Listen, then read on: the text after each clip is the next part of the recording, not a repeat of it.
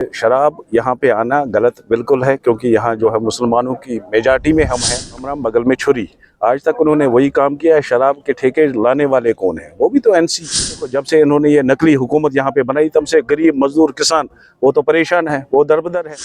बंद होना चाहिए। हमने स्टार्टिंग से आप देखो, बिहार में वहाँ भी तो बैन है और बहुत से स्टेटों में। देखो, हम बोलते हैं कि हमारी पार्टी जो है बाकी पार्टियों से मुख्तलिफ पार्टी है।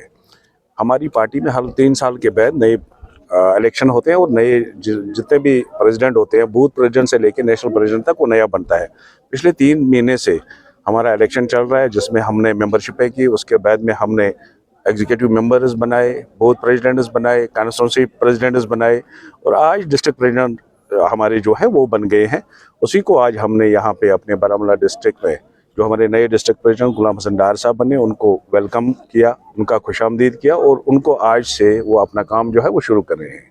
अनवर साहब, जिस तरीके से नेशनल कॉन्फ्रेंस की अगर हम बात करेंगे कि वो भी शराब के जो ठिकाने यहाँ पर है उसके खिलाफ जो आपने इजहार जारी रखे हुए हैं, आज पीडीपी की इल्तिजा मुफ्ती ने भी अभी कैंपेन जो है लॉन्च की है, इस हवाले से आपका क्या कहना है? देखो, शराब के बारे में आपने तो देखा होगा, उनका खुद एक एमएलए बोलता है कि ये टूरिस्ट स्पॉट है, यहाँ पे थोड़ा देखना चाहिए।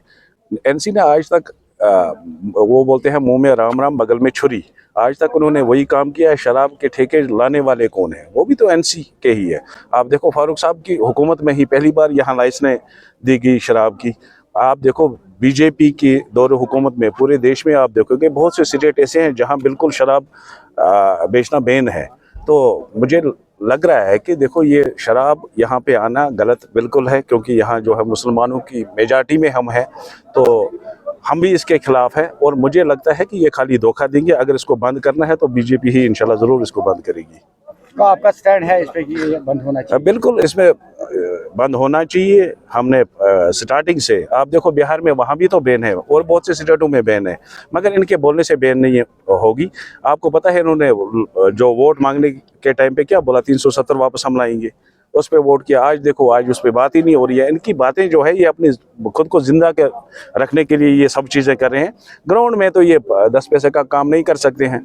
आप देखो, जब से इन्होंने ये नकली हुकूमत यहाँ पे बनाई, तब से गरीब मजदूर किसान वो तो परेशान है, वो दरबदर है। आज कोई सुनता नहीं है। इससे पहले जब यहाँ पे एलजी साहब ये चला रहे थे एडमिनिस्ट्रेशन, उनके पास पूरी एडमिनिस्ट्रेशन थी। आप देखो, एक गरीब को इज्जत मिलती थी, एक मजदूर का ख्याल हर वक्त रखते थे, कोई भूखा न सोए। आज देखो इनका हाल क्या है। और ये आप देखो कि ये इतनी ताकतवर हुकूमत है, इन्होंने मीडिया के सामने बता दिया कि खजाना खाली है। अगर खजाना खाली है तो ये लाएंगे कहाँ से? चलिए अनवर साहब, असेंबली सेशन जो है मार्च में शुरू होने जा रहा है, 370 को लेके कि अगर बात करेंगे, किस तरीके से बीजेपी का इस बार विस्तार?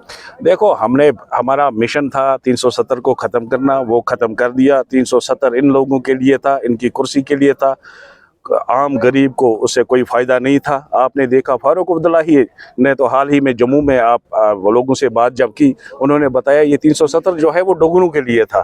तो ये आप खुद ही देखो, वहाँ से डोगरों के लिए है, यहाँ हमें वो बहका के इन्होंने हमसे वोट लिया झूठ बोल के। अब इनका क्या माने हम? ये उस स्टेट पे है, ये डोगरों के लिए अगर था तो डोगरे इसके बारे में बात करेंगे। तो बीजेपी सरकार यहाँ पे दावे कर रही थी कि स्टेट हुड, देखो, स्टेट हुड में इनकी सिफारिश की ज़रूरत नहीं है। मोदी जी ने खुद बोला है, ऑनरेबल होम मिनिस्टर साहब ने खुद बोला है, बगैर किसी सिफारिश वक्त आने पे स्टेट हुड ज़रूर मिलेगा, मगर इन लोगों को जो ये क्रेडिट लेना चाहते हैं वो बिल्कुल नहीं होगा। बहुत